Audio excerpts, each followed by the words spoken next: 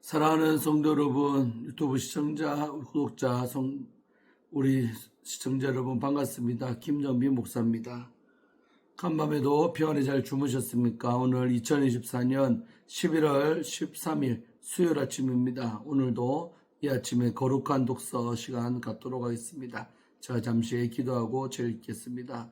하나님 감사합니다. 오늘 이 아침에 또 마틴 루터의 생애에 관한 책들을 읽게 하심에 감사합니다.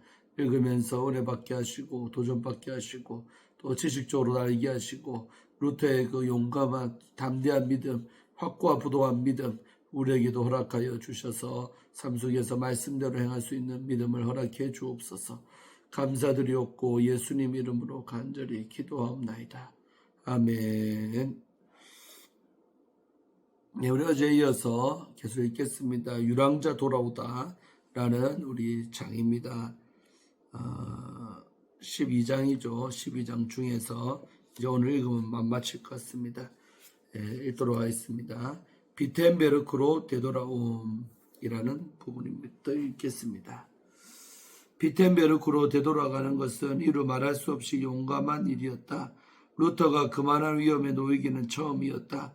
가에타누스와 면담할 때나 보름스에서나 그는 교회와 제국의 금제 조치를 받지 않은 상태였으며 프리드리로서는 언제나 도피처를 제공할 자세를 갖추고 있었다. 그러나 이번에는 의회나 황제가 자신을 넘겨줄 경우 아무 때도 보호를 요청할 수 없다는 것을 루터는 실감했다.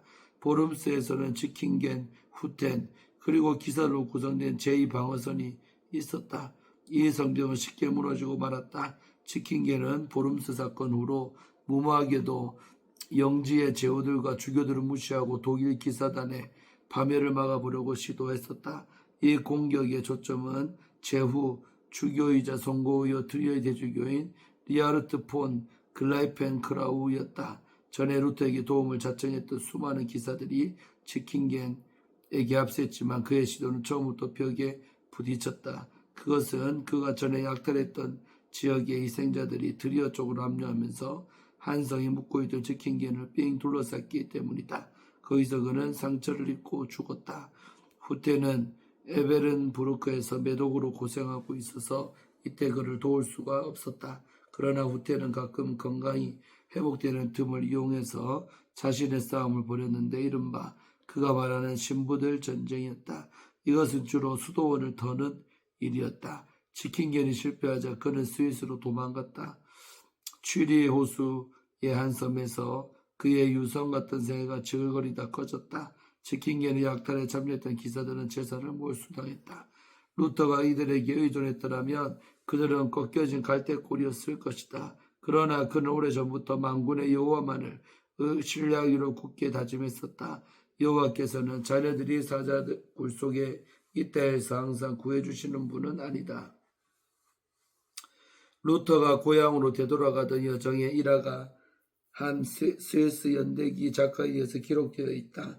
그는 그 당시 비화에서 한 친구와 함께 비텐베르크로 가는 길에 폭포를 피하려고 투링기아 마을의 검은 곰 여관에 들렀을 때 일한 일을 소개하고 있다. 그들이 남다운 옷을 입은 채 여관 주인 안내를 받아 들어선 방에는 덥수럽게 검은 수염을 기라는 기사가 자줏빛 망토에 양털로 된 꽃기는 반지를 입고 앉아 있었다.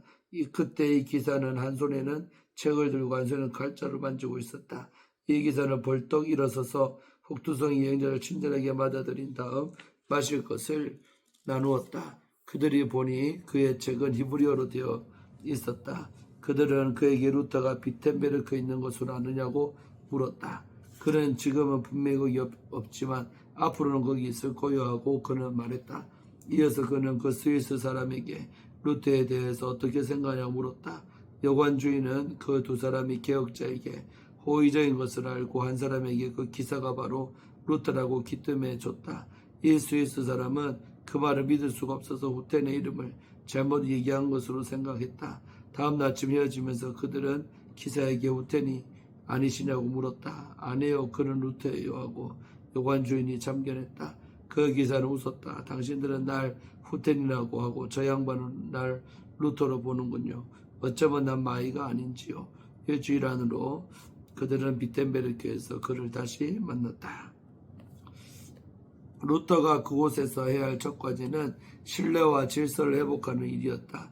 건장한 체구와 유창한 음성으로 그는 설교대에서 인내, 사랑, 그리고 믿음이 약한 사람들을 참작하자는 점을 강조했다. 그는 청년들에게 아무도 짐을 대신해 주울 수 없고 아무도 남을 대신해서 믿어줄 수 없으며 아무도 남을 대신해서 인생에 책임을 질 수 없다는 점을 일깨웠다. 그러므로 각 사람은 각각 자기 마음에서부터 완전한 확신을 가져야 했다. 어느 누구도 겁을 주어서 믿게 할 수는 없다.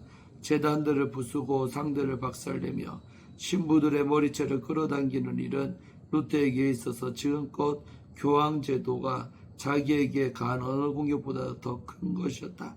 어쩌면 자신은 그의 추종자들보다 로마 쪽에 더 가까운지도 모른다는 생각이 들기 시작했다. 자신을 공격하는 사람들이 자기를 가리켜 분쟁, 전쟁 그리고 반란의 원인이 될 것으로 예언한 적이 있는데 이것이 너무도 또렷하게 들어맞는 걸 보자 그는 몹시 가슴이 아팠다. 그는 이렇게 호소했다. 사람들에게 시간을 줍시다. 저는 3년 동안의 꾸준한 연구, 묵상, 토론을 거치고서야 오늘의 내가 되었습니다. 하물며 그런 문제에 대해 배우지 않은 일반 사람에게서 석 달 동안 그 여정을 다 마치기를 기대할 수 있겠습니까? 악용되는 대상을 없애버리면 악습이 사라질 것으로 상상하지 마십시오. 남자들이 여자와 술과 여자를 잘못 사용할 수 있습니다. 그렇다고 술을 금져 여자를 없애야겠습니까? 해와 달 그리고 별들이 지금까지 예배의 대상이 되고 있습니다. 그렇다고 그것을 하늘에서 뽑아버리겠습니까? 그러한 성급함과 횡포는 하나님에 대한 신뢰가 결여되어 있다는 증거일 뿐이죠. 저는 기도와 설교밖에 하지 않았는데 하나님께서 저를 통해 얼마나 많은 걸 이루셨나 보십시오. 말씀이 모든 것을 해낸 겁니다. 마음만 먹었더라면 나는 보름스러운 온통 불바다로 만들어 버릴 수도 있었습니다. 그러나 제가 조용히 앉아서 필립과 암스도르프와 더불어 맥주를 마시는 동안 하나님께서는 교황제도에 하나의 치명타를 입히셨습니다. 이러한 호소를 여러 번 듣고 치빌링은 성만찬에서 호들갑을 떨면서 집내는 것을 그만두기로 했으며 루터는 정중하게 그를 알텐부르크의 한 신부관할 구역으로 추천했다. 이곳은 선거 후 지배 아래 있는 작센의 마을 가운데 하나였다. 칼슈타트는 이웃 오를라멘데 회중을 맡았다. 비텐베르크가 손에 들어왔다. 이어서 루터는 선거후를 상대하려고 돌아섰다. 이때 선거 후는 루터가 바르트부르크에서 돌아오는데 자신이 전혀 공부하지 않았다는 점을 밝히는 성명에서 루터에게서 나오기를 바라고 있었다. 루터는 기꺼이 거기에 따랐지만 편지 중간에 하늘에서는 일이 니른베르크에서와 다르게 결정되었다는 말을 집어넣었다. 프리드리히는 니른베르크에서 대신에 땅에서로 바꾸는 게 어떻겠느냐고 제의했다. 루터는 여기에도 따랐다. 아멘. 오늘 좀 짧은데요. 더 읽기가 좀 애매해가지고 여기까지만 읽고 내일 이어서 이제 13장 새로운 장에 들어가도록 하겠습니다. 오늘 이야기 보면 루터가 이제 비텐베르크로 돌아와서 이렇게 당당하게 자신 입장을 제시하고 또 설득도 하고 이런 작업들을 하는 것을 봅니다. 루터가 보면 자기의 생명을 정말로 귀한 것으로 여기지 아니하고 이 종교 개혁한 일에 또 자기 목숨을 건 모습을 봅니다. 이제 이 베텐베르크에서는 지난번처럼 아무런 보호하심이 없다고 했잖아요. 보호하심이 없는데도 하나님 만군의 하나님이 날 지켜줄 거다 라는 믿음 하나 가지고 이 비텐베르크로 돌아왔다는 것이죠.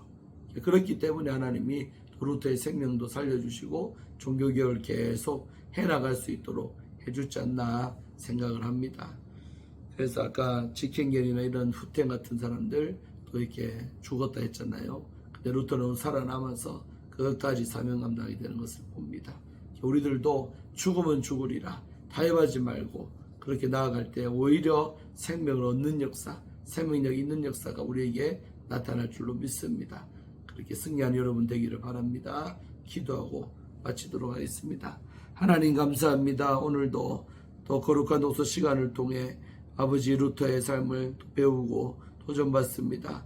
우리에게도 정말 루터에게 주셨던 말씀에 대한 확신, 또 담대함, 용기 허락하여 주셔서 우리 아버지의 말씀대로 사는 일에 그 목숨을 바쳐서 용감하게 살아가는 저희들 되게 하여 주옵시고, 사람의 보호가 없을지라도 하나님은 진리를 편에 선 자 반드시 보호해 줌을 믿사오니 하나님 백 믿고 열심으로 또 성실하게 충성스럽게 살아가는 우리 모두가 되게 하여 주옵소서. 감사드리고 예수님의 이름으로 축복하며 간절히 기도하옵나이다. 아멘. 네, 사랑하는 성도 여러분, 오늘도 좋은 하루 되시고 저녁에 수요예배 잘 들으시기를 바랍니다. 저는 오늘 오전 11시, 저녁 8시 2번 풍에 인도합니다. 잘 인도할 수 있도록 기도 부탁드리겠습니다. 샬롬. 내일 아침에 또 뵙겠습니다. 잘 계십시오.